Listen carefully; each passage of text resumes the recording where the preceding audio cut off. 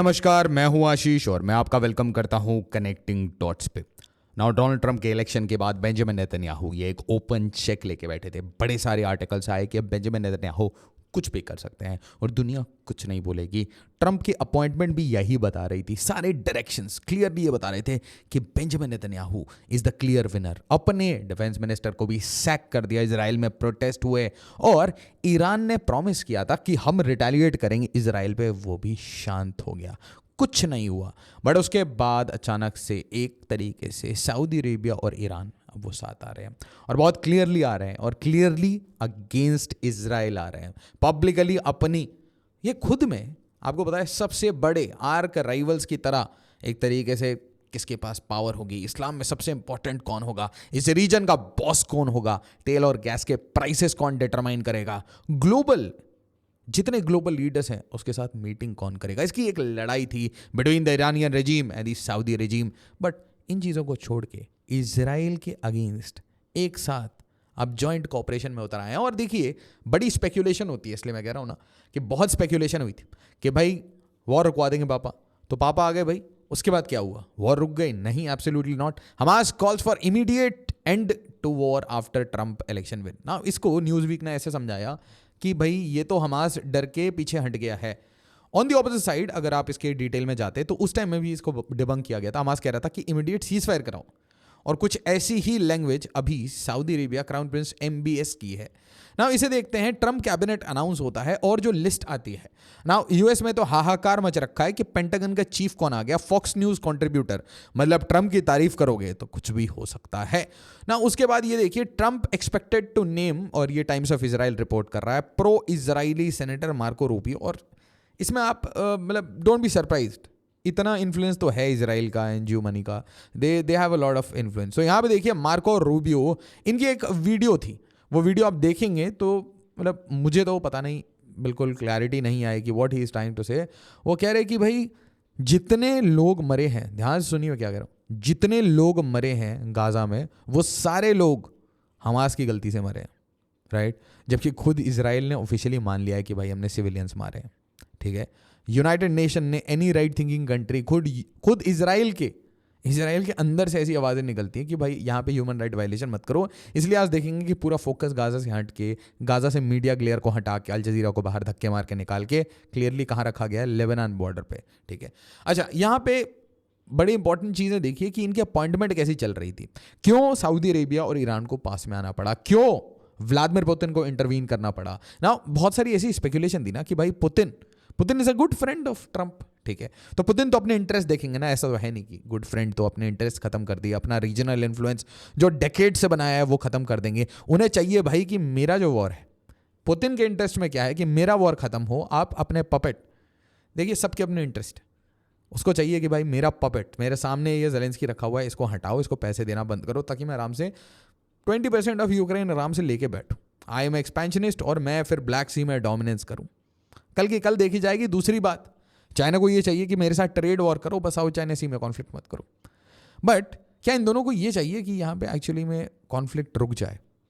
इनको चाहिए कॉन्फ्लिक्ट रुके या ना रुके, बट इनको एक चीज़ पता है, पहला कॉन्फ्लिक्ट इनका रुकना चाहिए। मतलब पहले रशिया सिक्योर होना चाहिए, पहले चाइना सिक्योर होना चाहिए, और उसके बाद यहाँ पे सीज फायर होना चाहिए। बट सीज फायर इनके लिए सबके इंटरेस्ट में है, क्योंकि जो पुतिन सपोर्टेड लोग हैं वो कहीं ना कहीं बैकफुट में चले जाएंगे अगर अमेरिका, जिस तरीके की प्रोमिसेस हो रही है नेतन्याहू और जिस तरीके की बातें हो रही है ट्रंप नेतन्याहू की पार्टनरशिप के बारे में, तो पुतिन के इक्वेशंस हिल जाएंगे पूरे मिडिल ईस्ट में, नेचुरल सी बात है। बट इसी इक्वेशन को टर्न अराउंड करने के लिए सऊदी अरेबिया और ईरान को अब साथ में लाया जा रहा है। मार्को रूबियो तो कहते हैं कि भाई क्या सेटलमेंट, ऐसे कोई सेटलमेंट है ही नहीं, वो जूइश लैंड है। क्या वेस्ट बैंक, वो जूडिया है, वो तो इजराइल की अपनी जगह है। तो ऐसे लोग हैं जो ऑक्यूपेशन वर्ड ही नहीं मानते, ठीक है। आप एक एक ये देखिए, कॉन्स्पिरेसी थ्योरिस्ट, ये क्या है, US ambassador to United Nation, ताकि यूनाइटेड नेशन में एक लॉबिंग करके एक्सट्रीमली प्रो इजराइल, है ना, आप देखेंगे एक एक करके लोगों को अपॉइंट किया जा रहा है। अब ये देखिए इनका स्टेटमेंट बहुत अच्छा है, US election update, Trump picks hardliner as ambassador to Israel, ठीक है। और यहाँ पे ही डजेंट कंसिडर, मतलब अगर आप किसी की वो जो ऑक्यूपेशन बोला जाता है ना कि आप नए नए सेटलमेंट बना रहे हैं, उस नए सेटलमेंट को भी वो ऑक्यूपेशन नहीं बोलते, वो तो बोलते हैं कि भाई ये कोई ऑक्यूपेशन नहीं है, ये हमारे कुबिट्स हैं, ये हमारे विलेजेस हैं, राइट ना। इसके बीच में जो आपको बोला था कि भाई सीज फायर हो गया है या शांति हो गई, हमास हिजबुल्लाह ये बिल्कुल शांत हो गए, उसी टाइम में हूथीज ने उठा के मार दिया है, ड्रोन अटैक किया है और मिसाइल लॉन्च किए हैं किस पे, यूएस के वॉरशिप्स पे, ठीक है। और कहाँ पे किया है, ये बबल अल मंदेब स्ट्रेट पे, राइट। तो यहाँ से आप देखेंगे कि वो गौतम अदानी हो चाहे उन्होंने वो ले रखा हो हाइफा पोर्ट आगे जाके, ठीक है, इसराइल के पास शिपमेंट्स में प्रॉब्लम हो रही है दुनिया भर को। और अगर आप यूएस के किसी भी तरीके से दोस्त हो, पार्टनर हो, एलआई हो, कुछ भी हो, तो आप यहाँ से नहीं निकल सकते क्योंकि यमन में इस एरिया में हूथी रेबल्स बैठे हुए हैं। बॉर्डर इन्फॉर्मेशन फिर से डिटेल में चर्चा करते हैं। सिविल सर्विसेज की प्रिपरेशन कर रहे हैं तो आप ज्वाइन कर सकते हैं हमारा फाउंडेशन बैच करोल बाग में। उसी तरीके से अगर आपको हिंदी में ये बैच ज्वाइन करना है तो मुखर्जी नगर दिल्ली में ये बैच शुरू हो रहे हैं। उसी तरीके से अगर आप हमारे रीजनल सेंटर्स में जाना चाहते हैं तो उत्तर प्रदेश प्रयागराज और बिहार के पटना में best possible faculty, prelims, mains, interview सब कुछ इंटीग्रेटेड तरीके से मिलेगा। वीडियो के नीचे डिस्क्रिप्शन है, डिस्क्रिप्शन में आपको लिंक और फोन नंबर मिलेगा, कॉल करिए और अपनी टाइमिंग डिसाइड करिए ताकि एक्सपर्ट से बात कर पाए। नाउ ये वही हूथी रेबल्स हैं जो कि part of axis of resistance हैं, जिन्होंने 12 लगभग 12 ड्रोन्स गिराए, जो हम खरीदने वाले हैं ड्रोन्स ना, उसे 12 ड्रोन्स वो गिरा चुके हैं। जस्ट थिंक अबाउट इट कि एक टाइम में यूएस की क्या हेजेमोनी होती थी कि ड्रोन से जाके अफगानिस्तान को मार दिया, और यहाँ पर रेबल्स उठा के ड्रोन उड़ा देते हैं। और इतनी हालत खराब हो गई कि US had to use stealth bomber, ठीक है, मतलब US had to go up a notch, क्योंकि डर होता है ना F-16 को ना मार दे, ठीक है। बॉम्बिंग करते करते पता चला 2 F-16 चले गए, पायलट चले गए, तो वो फिर बहुत बड़ी इंटरनेशनल एम्बैरसमेंट होगी। तो इसलिए stealth bomber, B-2 bomber.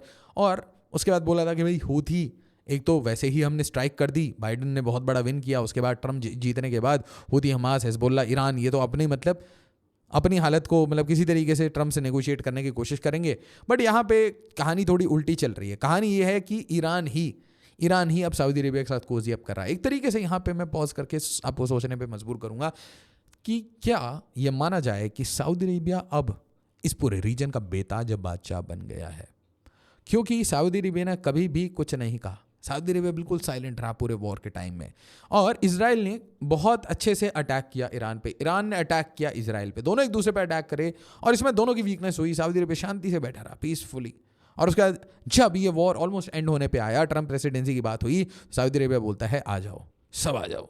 Syria, Iraq, मतलब पाकिस्तान तक को बुलाया था, शहबाज शरीफ तक वहाँ जाके बता रहे थे कि क्या करना चाहिए वॉर में।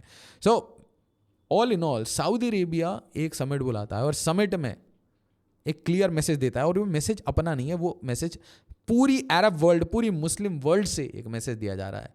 किसे? अमेरिका को, किसे? बाइडन को, किसे? ट्रम्प को, इजराइल को, नेतन्याहू को, और सारे वो प्रो वॉर मॉन्गर पीपल कि भाई वॉर अभी शांति से रुकवा दो इस पूरे रीजन में। क्योंकि दोस्तों कहीं ना कहीं एक विजडम व्लादिमीर पुतिन और शी जिनपिंग ने इस रीजन में डाली है, विजडम मैं कहूँगा। और वो विजडम सिंपल सी ये है कि भाई देखो, पैसा कमाना है तो आपको शांति चाहिए, और अगर आसपास लड़ाई होगी तो आप पैसा नहीं कमा पाओगे, आपके पास वो नियॉम सिटी वगैरह सब कुछ फेल होगा, धीरे धीरे सारे वॉर ट्रिकल डाउन करके आपके पास आएंगे। और इसलिए सऊदी अरेबिया ने एक बहुत बड़ा एम्ब्रेस था अमेरिका का, कि अमेरिका के साथ रहेंगे और फिर फाइनली इजराइल के साथ नॉर्मलाइज कर लेंगे। ट्रम्प का सपना तो यही है ना, सऊदी अरेबिया के साथ नॉर्मलाइज कर ले इजराइल, और इजराइल का कैपिटल तल अवीव से जेरूसलम हो जाए, आप समझिए। और इनके तो इतने सारे मतलब कैबिनेट पिक्स तो ऐसे हैं जो 2 स्टेट सोल्यूशन में ही बिलीव नहीं करते। मतलब वेयर इज पैलेस्टीन, कौन है पैलेस्टीन, कहाँ है पैलेस्टीन। और ऐसे लोग हैं जो बोलते हैं यार पैलेस्टीनियंस बहुत कम है, एक काम करो आसपास के बहुत सारे अरब्स हैं ना, तो अरब कंट्री में उनको अब्जॉर्ब कर लो, राइट। सो अचानक से ये जो कहानी है ईरान वर्सेस सऊदी की कहानी, अचानक से ईरान प्लस सऊदी कैसे हो रही है। और क्यों? ये बेंजामिन नेतन्याहू के लिए बहुत बड़ा अटैक है, क्योंकि ट्रम्प तो सिंपल सी देखिए ऑपोजिशनिस्ट आदमी है, एक बार में कहेंगे ठीक है चलो कोई बात नहीं, अच्छा you two are coming together, okay any which way, किसको वेपन्स चाहिए, वेपन्स लो और वापस से मेरे साथ नॉर्मलाइज कर लो दोस्ती, आई विल डंप नेतन्याहू, ठीक है, मे बी अनदर लीडर, ठीक है, क्योंकि it is all about business interest for Trump. और यहाँ पे बैकग्राउंड में आपको समझ आएगा कि it is Xi Jinping and Vladimir Putin. और इसलिए मैं कह रहा हूँ कि मल्टीपोलर वर्ल्ड ऑलरेडी बल चुकी है, ट्रम्प हो या बाइडन।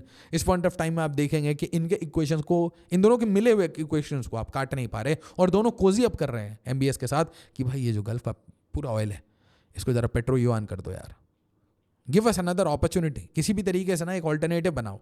है ना, एक तरीके से शॉक प्रूफ करो, देखो मेरे पास भी $200 बिलियन प्लस है, मेरे पास भी $200 बिलियन प्लस है, तुम्हारे पास तो ट्रिलियन डॉलर्स में बात करते हैं, इनफैक्ट हम तीनों ट्रिलियंस में बात करते हैं, ठीक है। तो हमने इतना एम्बेजलमेंट किया अपनी कंट्री से, बहुत सारा पैसा है हमारे पास, तो कुछ ऐसा बनाओ कि हम पावर में भी रहें और हम अपना तेल गैस ये सब अब आराम से ट्रेड भी कर पाएं और कोई हमारे पैसे बैंक में से लूट के या किसी तरीके से ब्लॉक ना कर दे, जो पुतिन के साथ हुआ है।